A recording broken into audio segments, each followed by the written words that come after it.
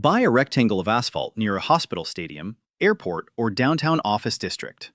Paint 100 white boxes, install a payment system, and charge people for leaving their cars on ground you already control. Nothing spoils. There is no kitchen, no warehouse inventory, and no complicated product to manufacture. From the outside, a parking lot looks like one of the cleanest money machines in real estate. That is the dream. The strange part is that parking businesses rarely fail because the owner forgot how to collect a fee. They fail because the fee was attached to the wrong location, the wrong contract, the wrong debt, or a traffic pattern that changed after the money had already been committed. A parking lot is not simply a piece of land covered in paint. It is a business that sells access to a specific location for a specific period of time. The raw material is not asphalt, it is proximity. A driver pays because the lot is closer to an office, terminal, apartment, stadium, restaurant, district, hospital entrance, or train station than the alternatives. That makes every parking space a form of perishable inventory. A stall that sits empty from 8 to 9 in the morning can never sell that hour again. At the same time, one physical space can be sold repeatedly during the day. A commuter may occupy it for 10 hours, while a restaurant customer might stay for 90 minutes, and an event visitor for 4 hours. The owner is therefore managing time turnover and convenience on top of land. This is why two lots with the same number of spaces can have completely different economics. 100 stalls beside a busy medical center may fill throughout the day and support monthly contracts at night. Another 100 stalls 2 blocks farther away may remain half empty because drivers cannot see the entrance, dislike the walk, or can park on the street for less. The pavement looks almost identical. The demand is not. Before collecting the first dollar, you need permission to use the site the way you intend. The exact process depends on the city and country, but it can include zoning approval, a legal curb cut, traffic review, drainage and stormwater controls, lighting standards, signage, permits, landscaping requirements, fire and building approval for a garage, and rules governing payment, signs, or towing. Paved lots create runoff, so drainage is not a cosmetic detail. Water carries oil, sediment, and debris across an impervious surface, and local authorities may require systems that capture or manage it. Accessibility also affects the layout. In the United States, a public 100-space parking facility generally needs at least 4 accessible spaces under the federal accessibility standards, including a van-accessible space. Those stalls require access aisles, slope signs, and an accessible route. They occupy more area than a standard stall, which means the number printed on the broker's listing may not equal the number you can legally monetize after redesign. The gatekeeper may also be a private institution rather than a government office. A hospital can decide which operator receives the parking concession. An airport can require revenue-sharing shuttle service security standards and detailed reporting. A stadium may control event access and reserve spaces for sponsors, staff, or season ticket holders. Even a small downtown lot can depend on an easement through neighboring property or an agreement allowing drivers to enter from a particular street. Money alone does not solve these problems. The business begins with control of the location, and control can come in several forms. The simplest version is direct ownership. You buy the land and operate the lot yourself or hire a manager. This gives you the parking income, the real estate appreciation, and the ability to redevelop later. It also places the property taxes, maintenance demand, risk, and debt directly on your balance sheet. A second model is leasing. The landowner rents the site to a parking operator for a fixed amount, a percentage of revenue, or a combination of both. The owner receives more predictable rent, while the operator takes responsibility for pricing and daily operations. The word predictable needs to be treated carefully. A guaranteed lease payment is valuable only while the tenant can afford to pay it. The third model is a management contract. The property owner keeps the parking revenue and pays an operator a fee to run the facility. The operator may provide staff, technology, enforcement, customer service, and reporting, but the owner still carries the risk that fewer cars arrive. This model creates more transparency and upside, although it also exposes the owner to more volatility. Choosing among these structures changes the entire business. A fixed lease can protect you from a weak month, but limit the reward from a great year. A management contract gives you the upside from better pricing and higher occupancy, yet every empty space becomes your problem. Self-operation may avoid a management fee, But now you must build the technology, compliance, staffing, and fraud controls yourself. Then comes the entry price. For a surface lot, the pavement and payment equipment may be the visible investment, but the land is normally the largest variable. A lot in a secondary downtown might cost a few $1,000,000. The same footprint near a major coastal business district could be worth many times more because a developer can use it for apartments, offices, a hotel, or mixed-use construction. You are competing not only with other parking buyers, you are competing with every more valuable use allowed on that parcel. Building upward changes the calculation. WGI's 2026 Parking Structure Cost Outlook placed the national median construction cost for a new United States parking structure at about $33,300 per space before the economics of the land are fully considered. A separate 2026 UCLA study using 2025 construction estimates across 17 cities found averages of roughly $52,000 for an above-ground space and $73,000 for an underground space. The figures differ because project types, cities, and cost definitions differ, but the lesson is consistent. Concrete parking is not cheap storage. A 500-space garage can therefore require tens of millions of dollars before land financing, architectural fees, permits, elevators, payment systems, contingency reserves, and early operating losses are included. Underground parking costs more because excavation, ventilation, waterproofing, fire protection, structural support, and difficult site conditions all enter the budget. Interest begins accumulating while the structure is still being built. If completion is delayed, the debt meter continues even though no driver can enter. The owner may need additional equity, which is the cash contributed by investors or a larger loan. Lenders then examine the location demand study, construction contract operator, expected revenue, and the amount of income available to cover annual debt payments. One common measure is debt service coverage. In plain language, it asks how many dollars of property income exist for every dollar owed to the lender. A garage producing $2 million before debt payments and owing $1.5 million in annual principal and interest has some cushion. If income drops to $1.4 million, the property can still look busy while failing to generate enough cash for its loan. Once the lot opens, the obvious revenue is transient parking. Drivers pay by the minute, hour, or day.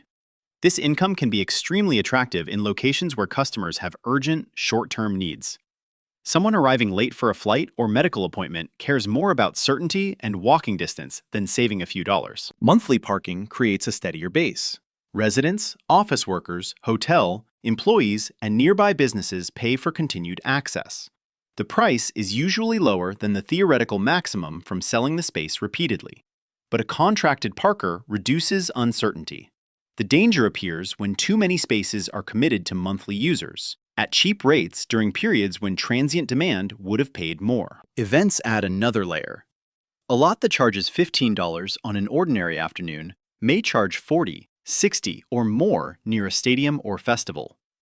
Event income can transform the year, yet it concentrates revenue into a small number of dates.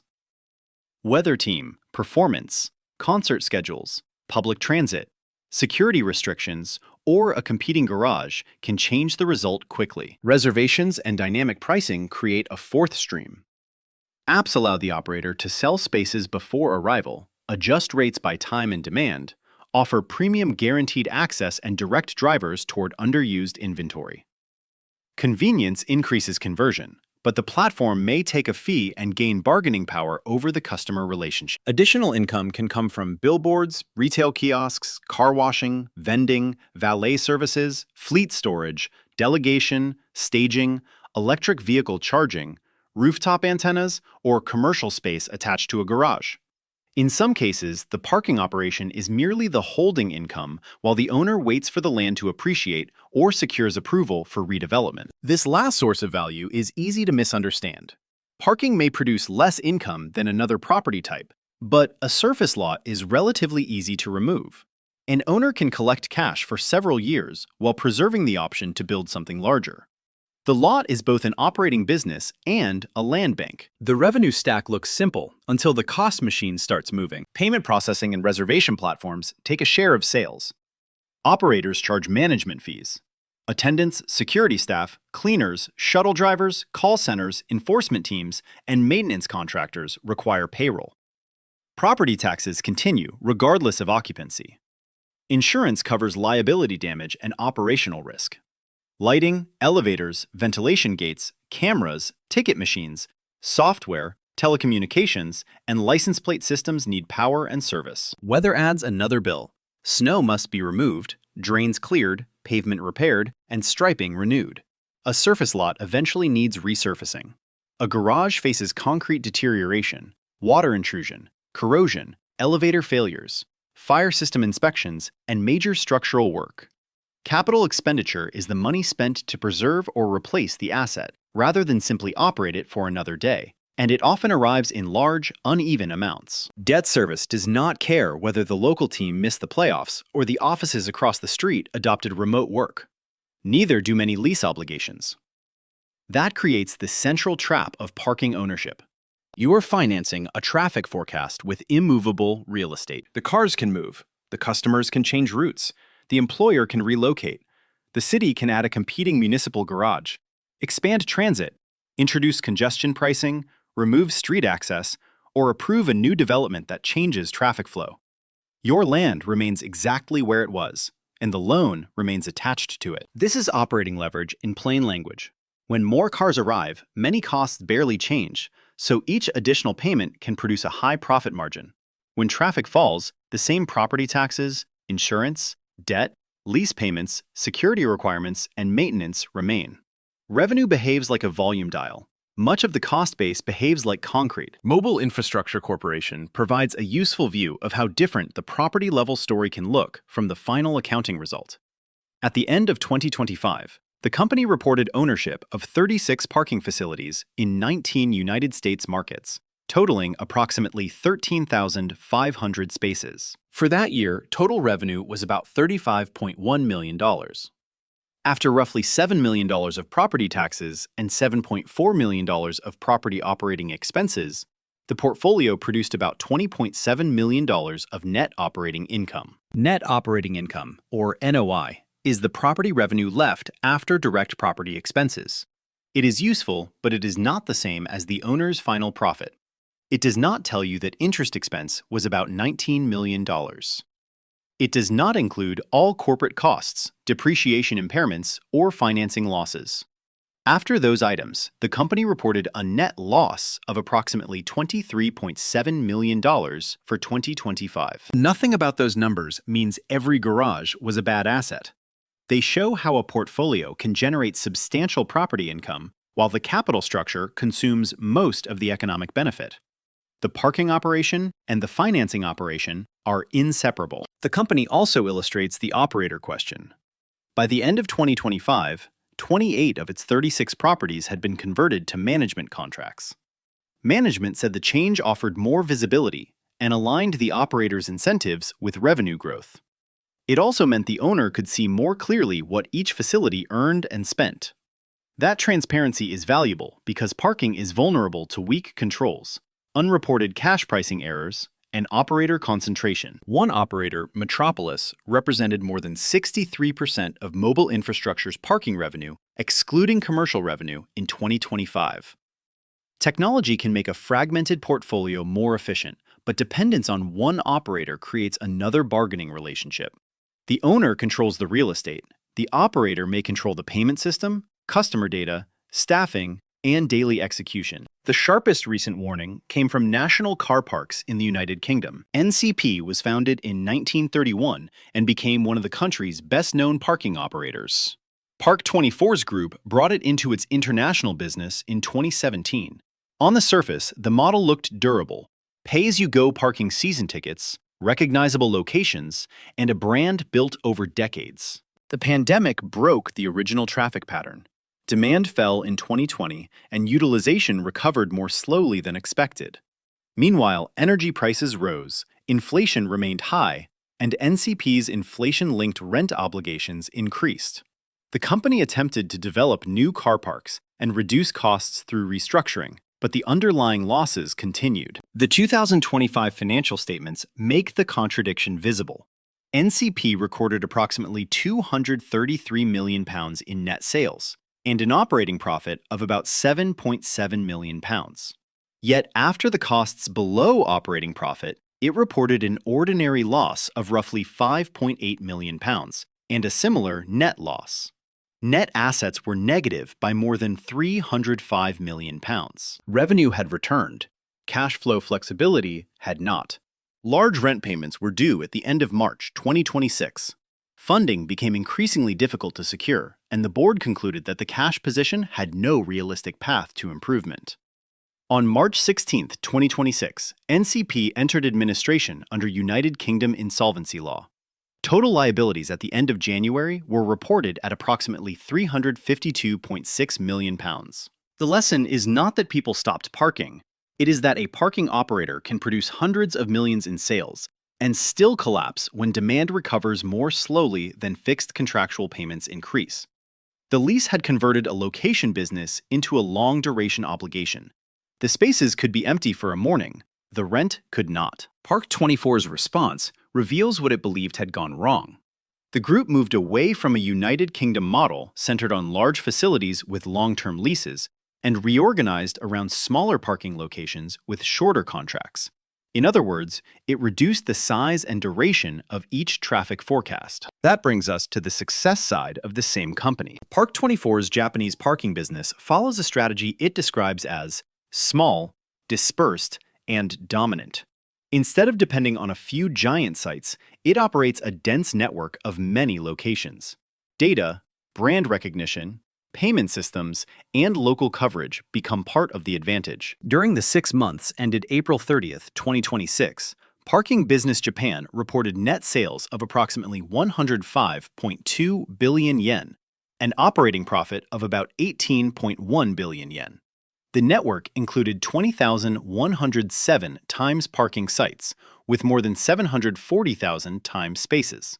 Including monthly parking and facility management, the Japanese business reported more than 27,000 sites and over 907,000 spaces. Scale changes the economics. A single owner guesses whether one location will fill.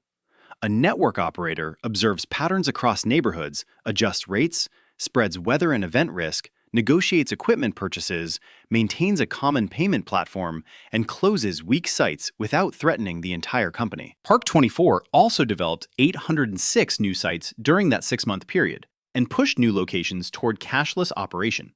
Existing facilities were being converted to in-house payment machines and automatic number plate recognition.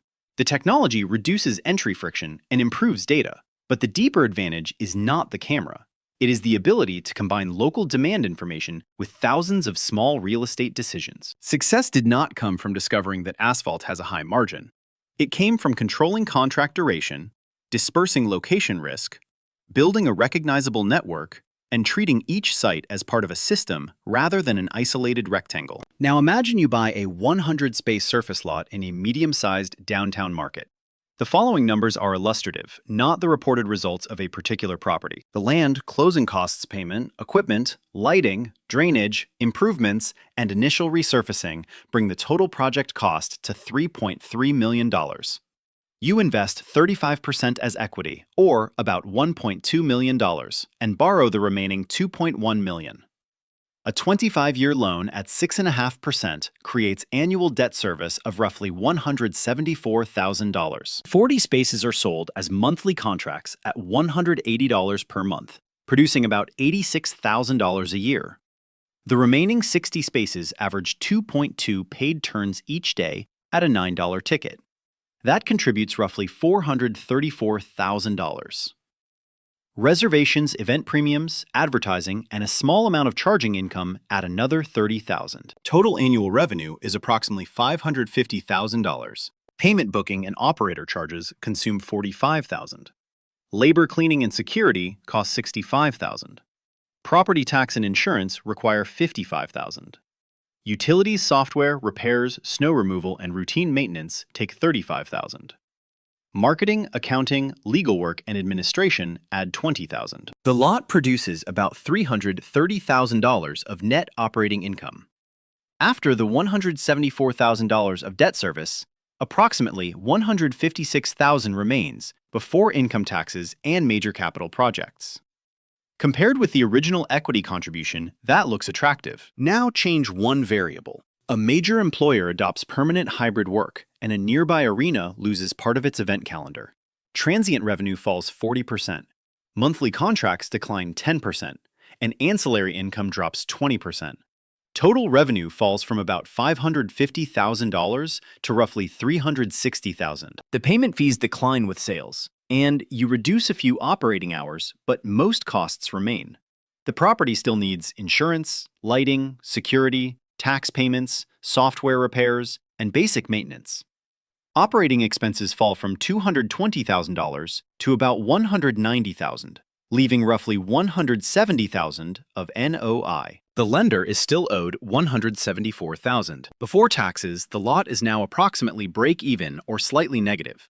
If a drainage failure or resurfacing project costs $75,000 that year, the owner must contribute more cash. Revenue fell by about 1/3, but the equity cash flow moved from a healthy positive result to a meaningful loss. That is the business in one stress test. The purchase price matters as much as the parking rate. Had the same property cost $5 million because the land was in a hotter development market, the required debt or equity would be larger, while the number of spaces remained 100. Raising prices might help, but only until drivers choose another lot. A parking owner does not set rates in a vacuum. Street parking, public garages, ride-hailing, transit, employer subsidies, and competing apps all influence what customers will tolerate. The landowner can also gain bargaining power over an operator.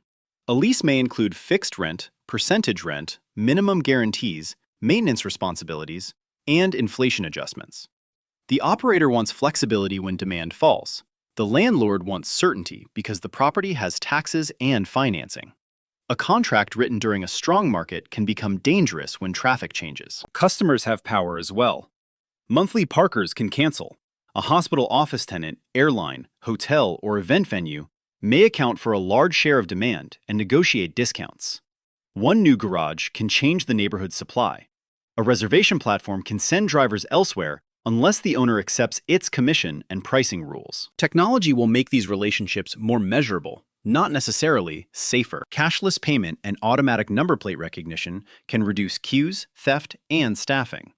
Dynamic pricing can raise rates during peaks and discount empty periods. Reservations can turn uncertain arrival into prepaid demand. The operator gains better data on how long drivers stay, which entrances they use, and how price affects conversion. The same systems create cybersecurity privacy outage and platform risks. A gate that will not open can block an entire garage. A failed payment network can stop revenue. A technology provider that controls customer acquisition may demand a larger share once the lot depends on its app. Electric vehicle charging offers another potential revenue layer, especially at hospitals, hotels, apartments, and workplaces where cars remain parked for hours. Yet chargers require electrical capacity, installation, maintenance, software, and a pricing strategy.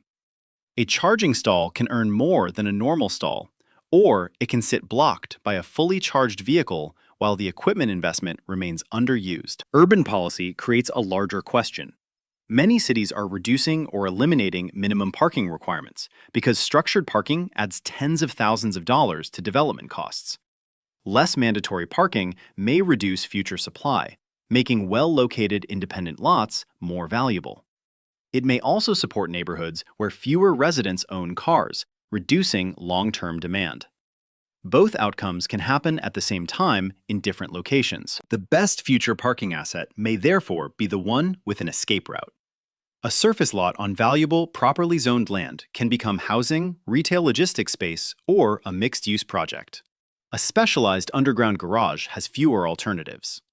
Flexibility belongs not only in the pricing system, but in the real estate itself. None of this makes a parking lot automatically a good or bad investment. Financing rates, local regulation, contract terms, traffic patterns, construction costs, and new filings can change the result. And this is an explanation of the business, rather than personalized financial, legal, accounting, or investment advice. The visible business is simple.